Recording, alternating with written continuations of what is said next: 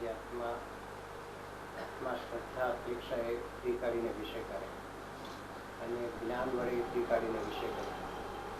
શેનો વિષય? ત્રિકાળી. ત્રિકાળીને. હા.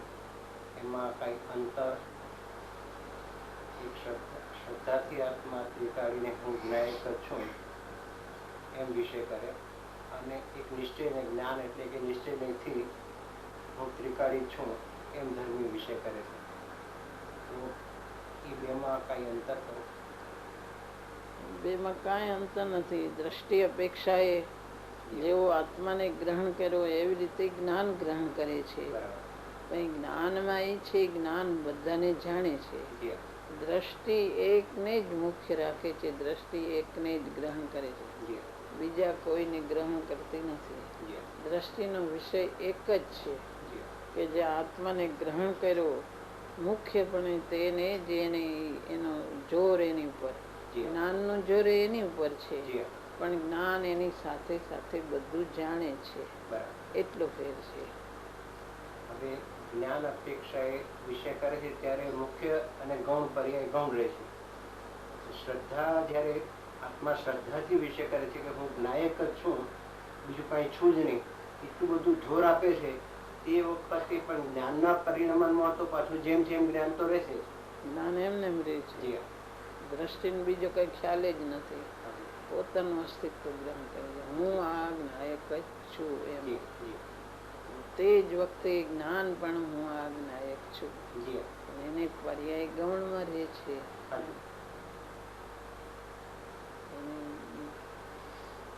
તે જ વખતે ગ્રહણ કરે, તે જ વખતે.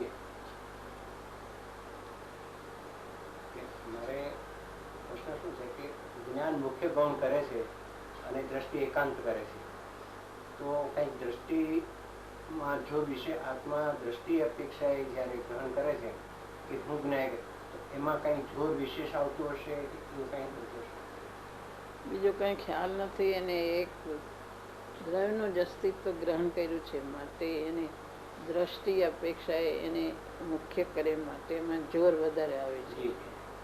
જ્ઞાનમાં જોર તો આવે છે, એ જોર તો બરાબર આપે છે, પણ બીજું ખ્યાલમાં રાખે છે. બીજું ખ્યાલમાં રાખવા જતા કઈક ઢીલપ આવતી હોય ને પેલામાં વિશેષતા આવતી એવું કઈ મને કહ્યું. કેમ કે આમ તો પાછું દ્રષ્ટિ જયારે એકાંત ગ્રહણ કરે છે ત્યારે જ્ઞાન તો સાથે રહે છે, સાથે કે જે બરાબર દ્રષ્ટિ જે કે છે બરાબર છે એમ જ્ઞાન જાણે છે.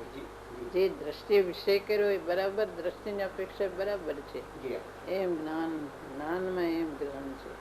જ્ઞાન દ્રષ્ટિને બરાબર જાણે છે કે દ્રષ્ટિનો વિષય છે, અને જ્ઞાન પણ એમ જ જાણે છે કે દ્રષ્ટિની અપેક્ષા એ બરાબર છે એમ એ પોતે પણ એવી રીતે જોર આપે છે. પણ આ જાણવાનું છે એ બાકી રહી જાય છે. એટલે શ્રદ્ધાનો વિષય મુખ્યપણે મુખ્ય રાખો એ વિષય શ્રદ્ધાનો છે. જ્ઞાનનો વિષય છે એ જાણવાનો છે. એટલે એ જોર આપવું એ બધું શ્રદ્ધાનો વિષય, પણ જ્ઞાનનો જોર આપવું એનો વિષય છે. કારણ કે બરાબર જેમ જાણે છે એમ જોર આપે છે. એનો વિષય જ્ઞાનનો જાણવાનો છે, અને ગ્રહણ કરવું એ બધું દ્રષ્ટિનો વિષય છે. જ્ઞાન ગ્રહણ કરે છે, ગ્રહણ તો કરે છે, પણ મુખ્ય વિષય દ્રષ્ટિનો છે. કેમ કે આપણે મોક્ષ માર્ગના 3 અંગ સમ્યક દર્શન, સમ્યક જ્ઞાન અને સમ્યક ચારિત્ર, એમાં પ્રધાનતા સમ્યક દર્શન આપીએ છીએ. એમાં વિશેષ એનું મુખ્ય કારણ કે એનો વિષય એનો શ્રદ્ધાનો વિષય છે. દ્રષ્ટિનો વિષય એ શ્રદ્ધાની મુખ્યતા છે. જ્ઞાનનો જાણવાનો વિષય છે. જાણવાનું કાર્ય કરવું એ જ્ઞાનનો વિષય છે, અને શ્રદ્ધાનું કાર્ય કરવું એ દ્રષ્ટિનો વિષય છે. એટલે શ્રદ્ધાની મુખ્યતાથી લેવાય છે. એટલે સમ્યક દર્શન જ્ઞાન કાર્ય. પેલા જ્ઞાન તો કરતું હોય, પણ જો શ્રદ્ધા ન હોય બરાબર તો એ જ્ઞાન એટલું કામ નથી કરતું. શ્રદ્ધા જોરદાર હોય તો જ કામ થાય છે. પણ શ્રદ્ધા જોરદાર હોય પણ જ્ઞાન જો બરાબર કામ ન કરે તો શ્રદ્ધા ખોટી પડે છે. એ બે ને અરસપરસ સંબંધ છે. પેલા વિકલ્પપૂર્વકનું જ્ઞાન તો યથાર્થ હોવું જોઈએ, એ ન હોય તો દ્રષ્ટિ જ મિથ્યા છે. હા, દ્રષ્ટિ જી. પણ એ એટલું થયા પછી મોક્ષ માર્ગમાં મુખ્યપણે સમ્યક દર્શન વિશેષ કાર્યકારી છે એમ કહી શકાય ખરું? સમ્યક દર્શન વિશેષ કાર્યકારી છે, પણ જ્ઞાન પણ કાર્યકારી છે, પણ સમ્યક દર્શનની મુખ્યતા છે. જોર પોતાના અસ્તિત્વ ઉપર એ એક જ કાર્ય કરે છે, માટે એકને જ ગ્રહણ કરે છે. એકને જ ગ્રહણ કરે છે, એક ઉપર જોર દઈને એ ચાલનાર છે, માટે એ મુખ્ય કામ કરે છે.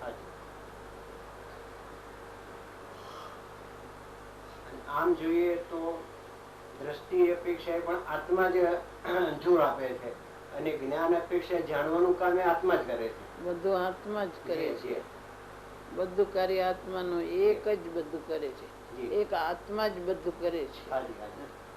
એના ગુણો જુદા છે, કરનાર બધું એક આત્મા જ કરે છે. એક આત્મા જ પોતે પોતાના ઉપર જોર આપે છે, અને એક આત્મા જ પોતે પોતાથી બધાને જાણે છે. એક આત્મા જ પોતામાં લીનતા કરે છે, બધું એક આત્મા જ કરી રહ્યું છે. આત્મા જ પોતાના ગુણથી પોતાના અસ્તિત્વ જોર આપે છે, આત્મા જ બધું જાણે છે, આત્મા જ લીનતા કરે છે.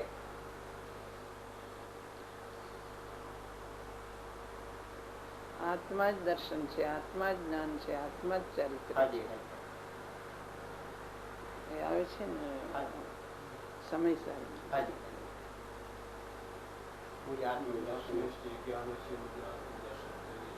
આત્મ પ્રત્યાખ્યાન અને આત્મ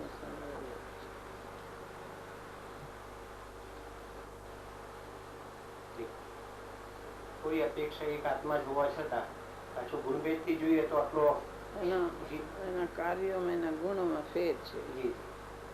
એ બધું ભેગું થાય ત્યારે સાધના સદાય છે. દ્રષ્ટિ મુખ્ય, જ્ઞાન સાથે રહે છે, અને લીનતા સાથે થાય છે. એ બધું ભેગું થાય ત્યારે મોક્ષ માર્ગ થાય છે. દ્રષ્ટિની મુખ્યતા હોય ત્યાં જ્ઞાન સાથે જ હોય છે. એક મુખ્યતા એક ધ્યેય રાખીને ચાલે, એની સાથે આ સાથે જ્ઞાન સાથે રહે છે. લીનતા એને ઠરવાનું કામ કરે છે.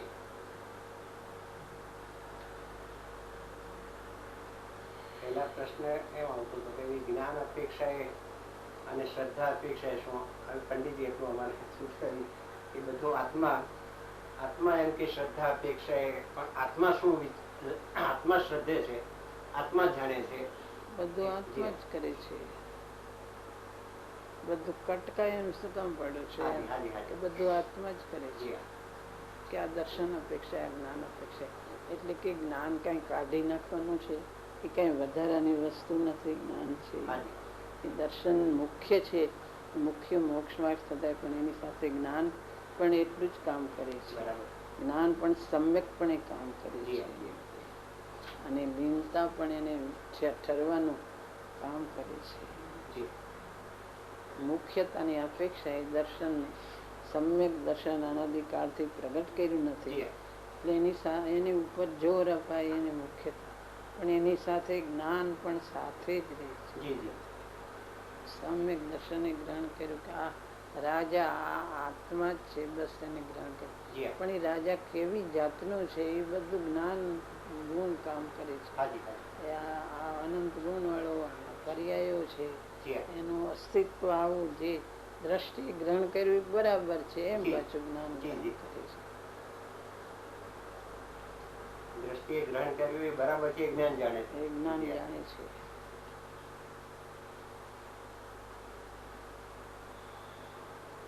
એ દ્રષ્ટિનો નિષેધ નથી કરતું જ્ઞાન, દ્રષ્ટિને ઊભી રાખી અને જાણે છે.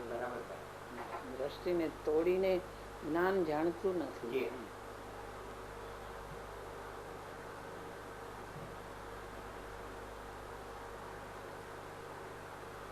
આત્માએ દ્રષ્ટિ અપેક્ષા જે આત્માને વિષય કર્યો છે એને તો જેમ છે એમ રાખીને જ્ઞાન જેમ જેમ દ્રવ્ય પર્ય બંનેનું બધું જાણે છે, એને ઊભી રાખીને જાણે છે, એને તોડીને નથી જાણતા.